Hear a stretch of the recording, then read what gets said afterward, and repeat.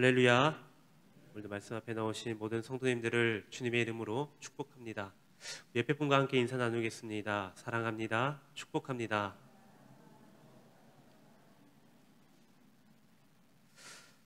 여러분, 우리가 살고 있는 군산 하면은 무엇이 떠오르십니까? 아마 여러 가지 것들이 떠오를 수 있을 것입니다. 그런데 군산에 사는 우리들이 아니라 외부 사람들이 이 군산하면 무엇이 떠오를 것만 같습니까? 정확히 조사한 것은 아니지만 먼저 첫 번째로는 이 짬뽕이 아닐까 싶습니다. 최근 들어 군산에 짬뽕이 유명한 집들이 많아졌습니다. 그래서 전국 각지에서 이 짬뽕 한 그릇을 먹기 위해서 날씨가 더워도 날씨가 추워도 이렇게 코로나19가 창궐하는 이 시점에서도 마스크를 쓰고서 오랜 시간 동안 줄을 서서 기다리고 있습니다. 그다음에 두 번째로는 일제 침략 시절에 쌀을 수탈하던 장소였기 때문에 이 근현대에 대해서 관심이 많은 분들이 있는 것 같습니다. 지금은 코로나19로 인해서 그 관광객 수가 많이 줄은 듯 하지만 이 코로나19가 있기 전에 많은 사람들이 이 근현대 박물관을 찾기 위해서 군산을 찾았습니다. 그리고 세 번째로는 저보다 윗세대이신 분들이 아마 많이 공감하실 것입니다. 오늘 말씀 제목과 같이 역전의 명수 군산상고입니다. 1970년대 한국의 고교 야구는 인기가 매우 대단했습니다. 그때 창립한 지 얼마 되지 않았던 어느 소도시의 작은 학교에서 이 전국 명문 학교들을 물리치고 우승을 차지했던 일화가 있습니다. 1972년 7월 19일 오후 7시 서울 운동장에서 열렸던 제26회 황금사자기 결승 진출팀은 영남의 강호 부산고등학교와 창단한 지 4년밖에 되지 않았던 군산상고입니다. 군산상고는 1회 말 선취점을 뽑게 됩니다. 그러나 3회 초 1점, 8회 초 3점을 내주면서 4대1로 회색이 짙어지게 됩니다. 그런데 야구에는 이런 명언이 있습니다. 끝날 때까지 끝난 게 아니다. 경기는 막바지에 이르게 되었고 9회 말 이 군산상고의 마지막 공격이 시작되어집니다. 6번 타자 김우근의 안타와 8번 타자, 9번 타자의 연속 볼넷으로 1사만루가 됩니다. 역전을 위한 발판이 마련되었습니다. 다음 타자는 1번 김일권, 그가 몸에 맞는 볼로 걸어 나가면서 4대2로 따라붙게 됩니다. 계속되는 1사만루에서 2번 타자 양기탁이 천금과 같은 안타를 때려서 4대4 동점을 만들게 되었습니다. 이어 타석에 들어선 3번 타자 김준환, 그의 극적인 끝내기 좌전 안타로 인해서 5대4 대역전승을 하게 되었습니다. 김준환 선수의 끝내기 안타로 2시간 40분에 걸쳐진 이 대장정이 끝을 보게 되었습니다. 군산상고의 선제 득점, 그리고 부산고등학교의 동점에 이은 역전, 게다가 다시 군산상고의 재역전까지 무려 4차례나 엎치락뒤치락했던 매우 치열한 경기였습니다. 이날 이 경기는 한국 야구 100년사를 화려하게 수놓은 최고의 명승부로 남아 50여 년이 지난 오늘에도 많은 사람들에게 입에 오르는 매우 중요한 사건이 되었습니다. 이때부터 야구는 9회 말 투아웃부터, 그리고 아직까지도 군산하면은 많은 사람들이 떠오르는 역전의 명수라는 말이 새롭게 생기게 되었습니다. 여러분, 역전이란 사전적 의미로 형세를 뒤집는 상황이나 이 형세를 뒤집는 모습을 말하고 있습니다. 우리가 처해진 삶이 어렵다라고 느끼게 되면은 이 상황을 뒤집기 위해서 이 역전을 항상 기대합니다. 그리고 그 역전을 위해 부단히 노력하며 삶을 살아갑니다. 그리고 그 노력으로 인해서 내가 이 처해진 상황 가운데서 역전을 하게 되면은 그게 경기가 되었든 우리의 삶이 되었든 우리는 그 역전으로 인해서 큰 기쁨과 감동을 누리게 되는 것입니다.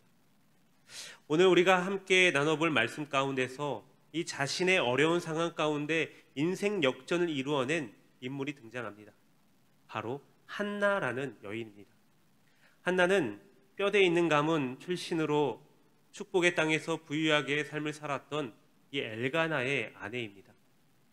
그런데 엘가나와 한나에게 어려움이 있다라면은 이 한나가 불임이라는 것입니다. 당시 문화적 배경으로 바라볼 때 아이를 못 낳는 것은 저주였습니다. 그래서 후손을 이어주지 못하면 이혼의 합법적인 사유가 되었습니다. 또한 아내가 아이를 낳아주지 못하면 새로운 아내를 얻어서 아들을 낳을 수 있게 했습니다. 엘가나는 분인나라는 두 번째 아내를 맞이하게 됩니다. 분인나를 통해 엘가나는 아들들을 얻게 되었습니다. 그러나 엘가나는 여전히 여전히 한나를 사랑합니다. 그래서 자녀들보다 분깃을 배나 더 한나에게 주었습니다. 한나는 아이를 낳고 싶었지만 하나님이 아이를 허락하지 않았습니다. 이런 불임은 한나에게 여인으로서 고통과 서름을 겪게 했습니다. 특히 두 번째 부인이었던 분인나에게 겪는 이 서름과 고통은 참아내기란 참 쉽지가 않았습니다. 매년 예배를 드리러 갈 때마다 분인나는 한나를 괴롭힙니다. 그 이유는 남편이 한나에게 재물을 갑절로 주기 때문입니다. 이런 분인나의 괴롭힘으로 인해서 한나의 고통은 분하고 억울하고 괴로워서 견딜 수 없었을 것입니다. 결국 한나는 분인나에게 당한 그 서러움의 격분에서 울며 먹지도 않는 지경에 이르게 되었습니다. 불쩍거리며 먹지도 않는 아내를 바라보며 엘가나는 이렇게 이야기합니다. 왜 울기만 하는 거요? 왜 먹지도 않으러 하는 겁니까? 왜 늘 그렇게 슬퍼만 하고 있습니까? 당신이 10 아들을 두었다 한들 내가 당신만큼 하겠습니까? 분명 엘가나는 자상한 남편입니다. 사회적 분위기상 이혼을 해서 내쫓지 않는 것만으로도 분명히 자상한 남편입니다. 이러한 엘가나는 남편인 내가 있으니 나를 믿고 슬픔을 참으라고 한나에게 위로를 하고 있습니다. 그러나 한나는 이것만으로도 위로가 되지 않습니다. 한나는 아들을 낳지 못해서 속이 상하고 고통스러운데 게다가 분인나에게 견딜 수 없는 모독을 당하고 있으니 서럽고 괴로워서 먹지도 않고 울고만 있었던 것입니다. 참으로 견디기 힘들고 어려운 순간입니다. 무엇을 한다 할지라도 어떤 위로를 받는다 할지라도 자신에게 채워지지 않는 무언가가 가득했을 것입니다. 이렇게 나락의 순간 다른 사람들이었다라면 포기하고 그대로 무너져 버렸을 것입니다. 그러나 한나는 아무것도 할 수 없을 것 같은 이 어려운 상황 가운데서 포기하지 않고 역전을 위한 발판을 마련합니다. 이렇게 힘들고 어려운 상황 가운데 있는 한나는 그 누구도 상황이 뒤집힐 수 없을 것 같은 이 어려운 환경 가운데서 어떻게 역전의 명수가 되었는지 우리 함께 말씀을 통해서 함께 나눠보겠습니다. 먼저 첫 번째로 한나는 하나님께 나아왔습니다. 10절 말씀입니다. 한나가 마음이 괴로워서 여호와께 기도하고 통곡하며. 한나는 그동안 분인나로 하여금 이 괴로움과 고통으로 인해서 아무것도 먹지 않고 그렇게 지내고 있었습니다. 그러나 지금 한나는 실로에서 화목제를 지낸 후에 다 함께 음식을 먹고 있습니다. 지금 한나가 먹고 마시고 있는 것은 남편의 위로 때문이 아닙니다. 한나는 내가 속이 상해서 울고 먹지 않는다라고 해서 이 문제가 해결되지 않는다는 사실을 깨닫게 되었습니다. 그리고 이제 한나는 새롭게 결단을 하게 됩니다. 한나는 마음이 괴로워서 여호와께 기도하고 통곡하며 서원합니다. 그녀는 이 자신의 고통의 근본적 해결점이 그녀의 대적이었던 이 분인나에게 있는 것이 아니라 인간의 역사를 주관하시는 하나님께 있다라는 사실을 깨닫게 된 것입니다. 그녀는 영혼이 괴로워서 마음속 깊은 곳에서부터 우러나오는 아픔과 슬픔을 흐느껴 울며 하나님께 나와 애원하고 있습니다. 다른 데로 가지 않고 하나님께 찾아와 하나님께 호소하고 그 앞에서 울고 그 앞에 통곡하고 있는 것입니다. 여러분, 세상 사람들은 어떻습니까? 세상 사람들은 자신이 원하는 것을 얻지 못했을 때, 다른 상대방이 자신에게 큰 어려움을 주었을 때 서러워하거나 분노를 합니다. 술집을 찾아가 회포를 풀거나 누군가를 원망하고 비난을 합니다. 또한 엄청난 양의 음식을 먹거나 노래방에 가서 노래를 부르거나 조용한 산에 올라가 소리를 지르기도 합니다. 이렇게 세상 사람들은 그들 스스로의 방법으로 괴롭고 이 힘든 상황을 이겨내 보려고 노력을 합니다. 물론 이러한 방법들은 어느 정도의 효과를 볼 수는 있습니다.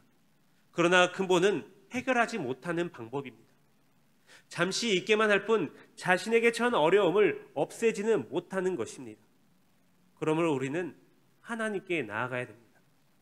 모든 상황을 주관하신 하나님께 자신의 문제를 내어놓고 그 하나님께 구해야 되는 것입니다. 그래야 우리가 감당해내기 어려운 문제가 있다 할지라도, 어느 문제가 된다 할지라도 그 문제의 근본적인 문제를 해결할 수 있는 것입니다. 얼마 전에 일이었습니다. 이 교회 일을 하다가 보면은 참 쉽게 결정하지 못하는 일이 참으로 많습니다. 어느 것이 더 좋은지, 어떠한 방법이 더 좋은지, 어떻게 하는 것이 더 옳은지 여러 가지 수를 놓고서 생각하고 고민하는 경우가 참으로 많습니다. 그날도 무슨 일이었는지 기억은 나지 않습니다. 그러나 하루 종일 그 일로 인해서 고민을 하고 있었습니다. 그렇게 그 고민은 해결되지 못하고 하루를 마감하는 그러한 시점까지 오게 되었습니다. 그런데 저는 잠이 들기 전에 저희 아이 예송이와 함께 이부자리에서 기도를 합니다. 그런데 아까 그 고민을 해결하지 못하고 하루를 보냈기 때문에 참으로 초조하고 답답한 마음뿐이었습니다. 그래서 이 답답한 마음을 이겨내기 위해서 일찍 잠자리에 들려고 했습니다. 그리고 예송이에게 오늘은 아빠가 좀 마음이 답답해서 먼저 잠을 자야겠다라고 말하고 방으로 그렇게 들어갔습니다. 그러더니 갑자기 예송이가 문을 박차고 들어오자 저에게 이렇게 이야기합니다. 아빠, 우리 인간적으로 기도 좀 하고 자자. 네, 그렇습니다. 뭔가 한 대 크게 맞은 듯한 기분이었습니다. 하나님께서 예송이를 통해 말씀하시는 것 같았습니다. 주의 종으로서 하나님을 의지해야 됩니다. 주님께 모든 것을 맡겨야 합니다라고 강단에서 선포했지만 그 선포에 따라 실천하지 못했던 것입니다. 인간적인 방법으로 해결하기 위해서 하루 종일 고민하고 내 방식대로 그 문제를 해결하려고 끝내 노력했지만 그 끝내 해결하지 못하고 그렇게 하루를 보냈습니다. 그러나 하나님께서는 그 작은 아이의 음성으로 말씀해 주셨습니다.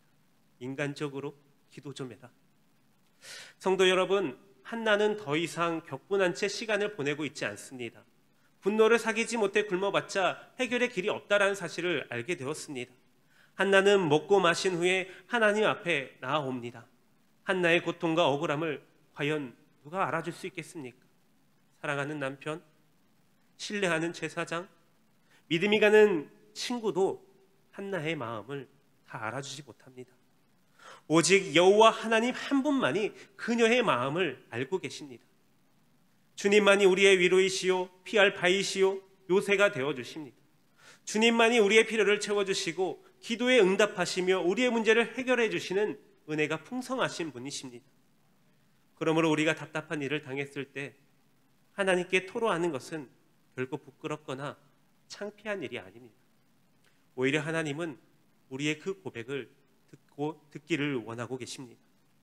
항상 이러한 사실을 기억하시면서 어떤 문제들이 우리를 가로막아 우리를 괴롭게 한다 할지라도 다른 곳에서 해결하지 말고 오직 하나님 앞에 나아가 한나처럼 간절히 기도하여서 하나님께 해결받는 저와 여러분들이 되시기를 주님의 이름으로 축복합니다. 이제 두 번째로 한나는 목적이 분명한 기도를 했습니다. 11절 말씀입니다. 서원하여 이르되 만군의 여호와여, 만일 주의 여종의 고통을 돌보시고 나를 기억하사 주의 여종을 잊지 아니하시고 주의 여종에게 아들을 주시면 내가 그의 평생에 그를 여호와께 드리고 삭도를 그의 머리에 대지 아니하겠나이다. 한나는 주님께 목적이 분명한 기도를 드리고 있습니다. 한나는 아들을 낳는 것이 목표였습니다. 그러나 이제는 그 기도의 목적이 매우 분명해졌습니다. 하나님께서 자신에게 아들을 주시면 이 어두운 세상 가운데 밝힐 등불로 이스라엘 민족과 나라를 위해 나실인으로 드리겠다라고 서원하고 있습니다. 나실인은 민수기 6장에 따르게 되면은 포도주나 독주를 멀리하고 삭도를 그의 머리에 대지 않고 시체를 가까이 하지 않는 구별된 몸으로서 주님께 드리는 산 제물을 의미합니다. 한나는 자기를 위해 자녀를 달라 하지 않고 하나님을 위해 아이를 달라고 고백하고 있습니다. 하나님께서 아이를 주시게 된다라면은 자신의 아들이라 생각하지 않고 하나님의 종이라 생각하여 하나님께 평생을 드리겠다라고 서원하고 있는 것입니다. 우리는 우리들의 유익을 위해 기도를 할 때 참으로 많습니다. 그런데 우리의 기도의 목적은 오직 하나님의 영광을 위해 기도해야 합니다. 많은 사람들이 기도하며 살아가고 있지만 그들 중에 많은 수가 하나님의 영광보다는 자기의 유익을 위해 기도하며 살아가고 있습니다. 그러나 참된 그리스도인이라면 우리는 반드시 기억해야 될 말씀 하나가 있습니다. 마태복음 6장 33절 말씀입니다. 너희는 먼저 그의 나라와 그의 의를 구하라. 그리하면 이 모든 것을 너희에게 더하시리라. 아멘. 우리의 기도의 목적은 오직 하나님의 영광에 있습니다. 기도는 단지 우리의 육체적 만족을 위해 하나님 앞에 드리는 것이 아니라 하나님께 받은 은혜에 감사하며 하나님의 영광을 위해 그렇게 쓰임받는 것입니다. 제가 아는 어느 목사님께서 얼마 전에 시골에 있는 교회에 담임 목사님으로 부임받았습니다. 지금 여러분들이 생각하는 장 목사님은 아닙니다. 제가 아는 목사님인데 이 목사님께서 부임을 받으시고 이제 저 교회에서 첫 업무를 보기 위해서 교회 제반 사항을 이렇게 쓱 둘러보셨습니다. 그런데 시골 교회에 있는 교회치고는 건물 크기가 매우 상당히 컸습니다. 성도 수는 대략 한 80여 명 정도 되었고 아무래도 시골 교회다 보니까 나이가 지긋이 많은 할머니 권사님들이 거의 대부분이었습니다. 물론 부교육자도 없었고 교회를 관리하는 집사님 또한 계시지 않았습니다. 게다가 교회 외부에는 커다란 화장실이 있었고 화단도 꽤 크게 자리하고 있었습니다. 목사님은 매우 걱정이 되었습니다. 이거를 어떻게 다 관리를 하지? 과연 교회 업무를 제대로 볼 수 있을까? 그렇게 부임하신 지 첫 주 토요일이 되고 말았습니다. 사모님께서 팔을 걷어붙이면서 먼저 화단을 정리하시겠다라고 나섰습니다. 그렇게 화단을 정리하러 가는데 나이가 꽤 많으신 어느 권사님께서 허리를 구부정하게 하고 계시며 나오셨습니다. 그리고 사모님께 이렇게 이야기합니다. 사모님, 이 일은 제가 해야 될 일이니까 사모님은 걱정하지 마시고 집으로 들어가시기 바랍니다. 그러자 사모님께서는 이렇게 이야기합니다. 이걸 권사님 혼자 다 어떻게 하십니까? 라고 걱정스럽게 다시 되물었습니다. 그러자 권사님께서는 다시 이렇게 말씀하십니다. 이 일은 제가 40년 동안 섬겨온 일입니다. 누구에게 칭찬받으려고 시작한 일이 아니라 하나님의 영광을 위해서 내가 교회를 위해서 무엇을 할 수 있는지 고민하고 기도하던 중에 하나님께 응답받은 내용입니다.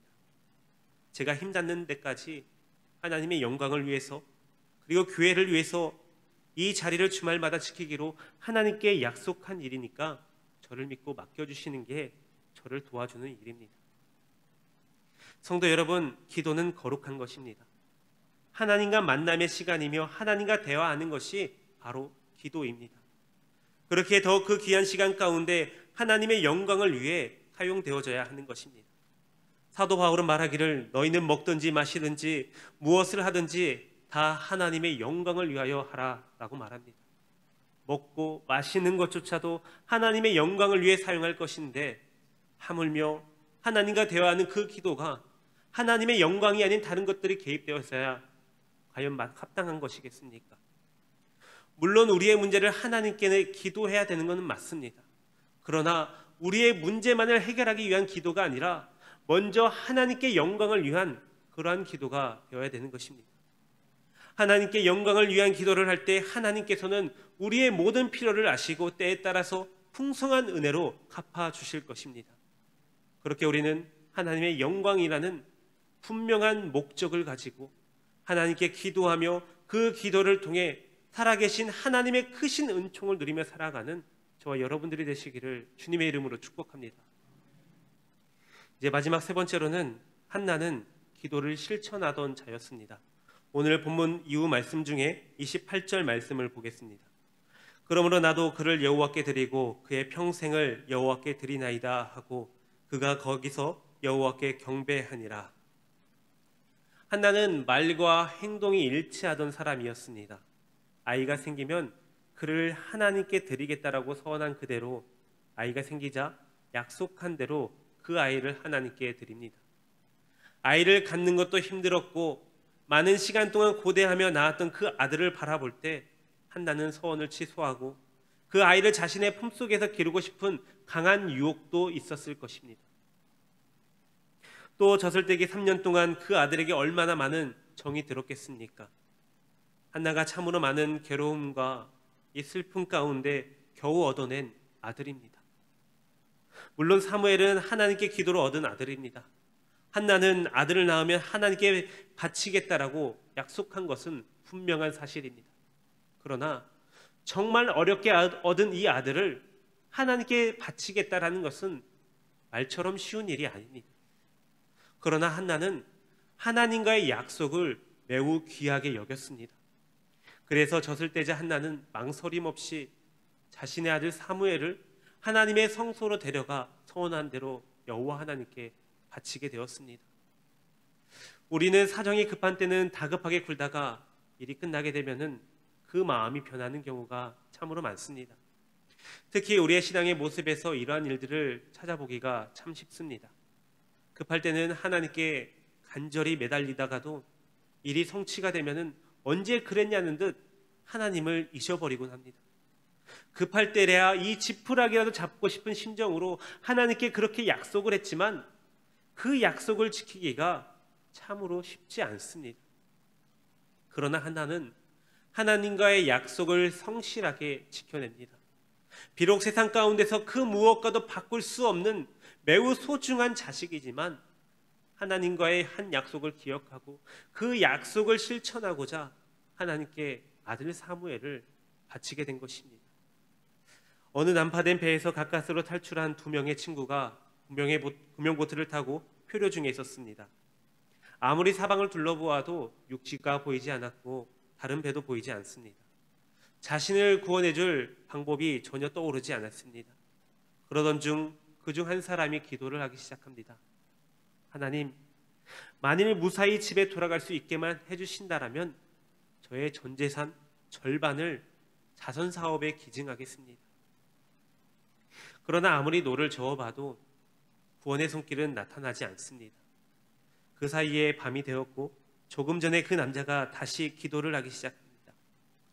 하나님, 만일 저를 구원해 주신다면 재산의 3분의 1을 기증하겠습니다. 그러나 이튿날이 되어도 아무런 소식이 없습니다.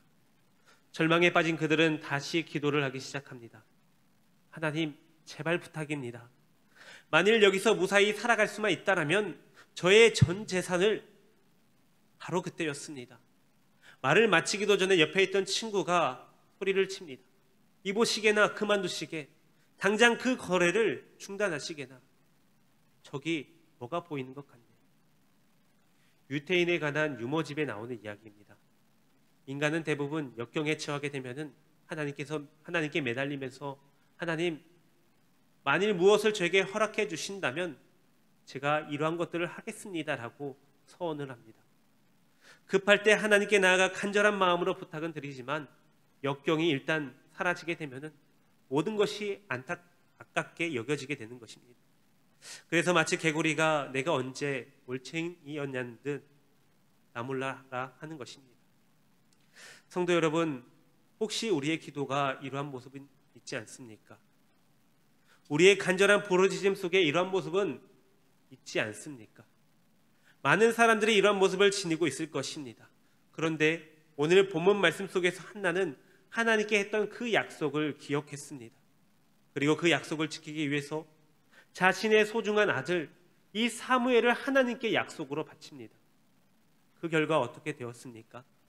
하나님께서 사무엘을 이스라엘 역사상 가장 위대한 인물 중 하나로 세워주셨습니다. 그는 이스라엘의 사사와 제사장과 선지자가 되었습니다.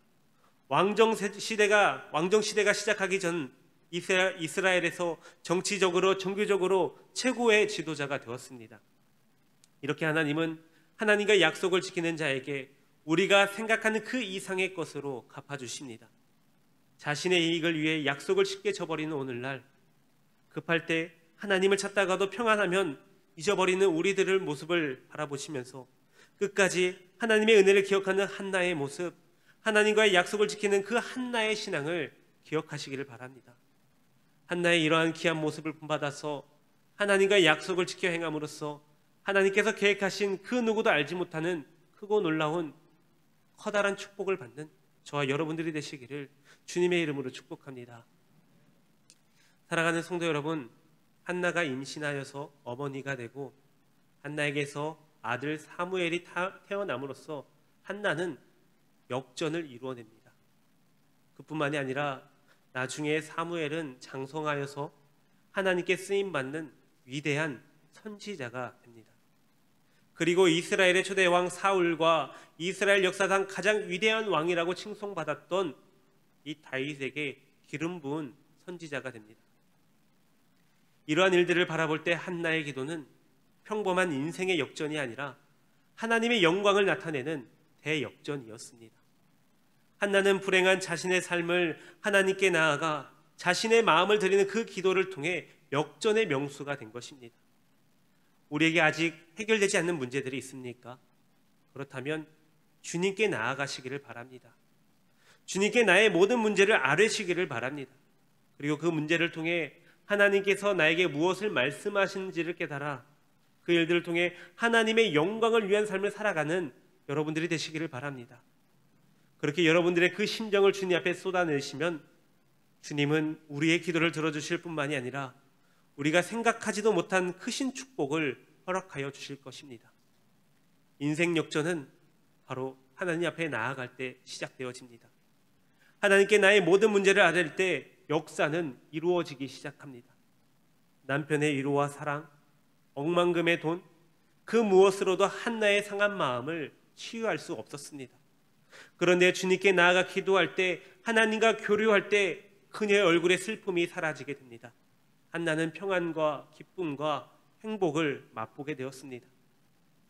그렇게 어떠한 상황과 환경 가운데 처해 있다 할지라도 오늘 본문 말씀 속의 한나처럼 오직 주님만을 믿고 의지하며 하나님께 나아가 나의 모든 것을 아뢰어 주님이 주시는 축복으로 인해서 역전의 명수가 되는 저와 여러분들이 되시기를 주님의 이름으로 축원합니다.